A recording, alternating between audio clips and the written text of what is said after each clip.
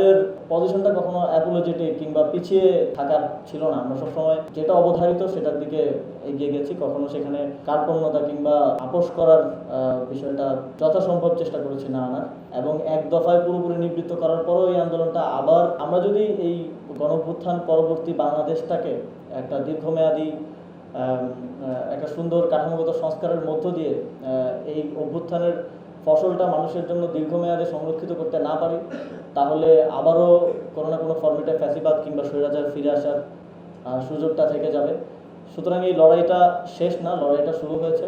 এই স্বতঃস্ফূর্ততা এই আন্দোলনকে কোটা সংস্কার আন্দোলন থেকে একটা গণঅভ্যুত্থানের দিকে নিয়ে গেছে, এবং এখানে অনেকগুলো অনুঘটক ছিল, অনেকগুলো ঘটনা ছিল যেটা আসলে এই আন্দোলনকে একটা গণঅভ্যুত্থানের দিকে ধাবিত করেছে।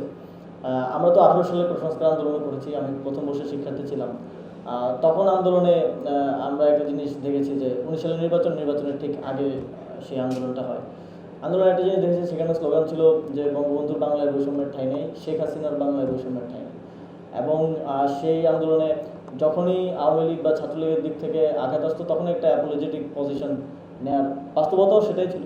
কিন্তু এই আন্দোলনে আমরা একটা জিনিস সবসময় রাখার চেষ্টা করেছি যে এই যে শেখ হাসিনার বাংলায় বৈষম্যের ঠাঁই নেই কথাটাকে বাদ দেয়া, কিংবা ছাত্রলীগ যখন আমাদের সহযোদ্ধাদের আন্দোলনে আসতে দিচ্ছে না, তখন হলে গিয়ে তাদেরকে ছাড়িয়ে নিয়ে আসা এবং কনফ্রন্টেশনে যাওয়া, কনফ্রন্টেশনটাকে এড়িয়ে না যাওয়া। এবং এই জায়গাগুলো থেকে অনেকে তখন আবার আমাদেরকেও বলার চেষ্টা করেছে যে আমরা সংঘাত উস্কে দিচ্ছি হয়তো, কিংবা আমরা অন্য কোনো এজেন্ডা নিয়ে আছি। এই কথাগুলো আপনারাও দেখেছেন, নানাভাবে আপনারা জেনেছেন। কিন্তু আমাদের পজিশনটা কখনো অ্যাপোলজেটিক কিংবা পিছিয়ে থাকার ছিল না। আমরা সবসময় যেটা অবধারিত সেটার দিকে এগিয়ে গেছি। কখনো সেখানে কার্পণ্যতা কিংবা আপোস করার বিষয়টা যথাসম্ভব চেষ্টা করেছি না আনার। কালার এক্সপার্ট, জর্জ স্যাপ এবং মাইল্ড অন হ্যান্ডস টেকনোলজি সমৃদ্ধ অরিক্স ক্রিস্টাল ওয়াশ আপনার লন্ড্রি এক্সপার্ট। ফলে ছাত্রলীগের সাথে বিভিন্ন জায়গায় কনফ্রন্টেশন হয়েছে, আমরাই মার খেয়েছি। কিন্তু এর ফলে যেটা হয়েছে যে বাংলাদেশের মানুষের মধ্যে আমাদের পাশে দাঁড়ানোর একটা, এবং তাদের যেই দীর্ঘ ফ্যাসিবাদী সময়ের কারণে যে পুঞ্জীভূত ক্ষোভ সেটা প্রকাশ করার একটা সুযোগ সৃষ্টি হয়েছে। এবং এই আন্দোলনে অনেকগুলো ধাপ আছে। শুরুর দিকে কোটা সংস্কার আন্দোলন ক্যাম্পাস কেন্দ্রিক অনেকটা, তারপরে প্রাইভেট বিশ্ববিদ্যালয় যখন আমরা ক্যাম্পাসে আর পারছিলাম না, ক্যাম্পাস বন্ধ করে দেওয়া হলো, আমাদেরকে বের করে দেওয়া হলো, আমাদের উপর হামলা করা হলো। তখন প্রাইভেট বিশ্ববিদ্যালয়ের শিক্ষার্থীরা, মাদ্রাসার শিক্ষার্থীরা, স্কুল কলেজের শিক্ষার্থীরা নেমে আসলেন। আমরা দেখলাম আমাদের প্রবাসী ভাইয়েরা কীভাবে এগিয়ে আসলেন। তারা জাতীয় আন্তর্জাতিকভাবে জনমত গঠনে কাজ করলেন, রেমিটেন্স পাঠানো বন্ধ করে দিলেন। তো আন্দোলনের অনেকগুলো ফ্রন্ট ছিল, এবং প্রত্যেকটা ফ্রন্টের কানেক্টিভিটি, প্রত্যেকটা ফ্রন্টের এগিয়ে আসা এই আন্দোলনটাকে জীবিত রেখেছে।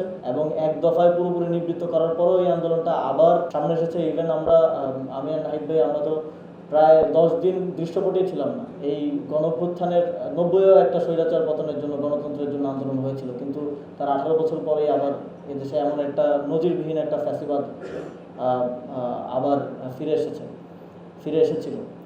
ফলে আমরা যদি এই গণঅভ্যুত্থান পরবর্তী বাংলাদেশটাকে একটা দীর্ঘমেয়াদী একটা সুন্দর কাঠামোগত সংস্কারের মধ্য দিয়ে এই অভ্যুত্থানের ফসলটা মানুষের জন্য দীর্ঘমেয়াদে সংরক্ষিত করতে না পারি, তাহলে আবারও কোনো না কোনো ফর্মেটে ফ্যাসিবাদ কিংবা স্বৈরাচার ফিরে আসার সুযোগটা থেকে যাবে।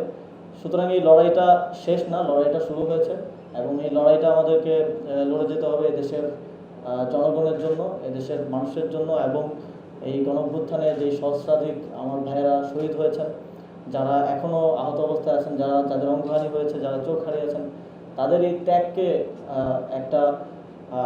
তাদের এই ত্যাগের সঠিক মূল্যায়নটা তখনই হবে যখন এই ত্যাগের ফসলটা আসলে দেশের মানুষ এবং জনগণ পাবে।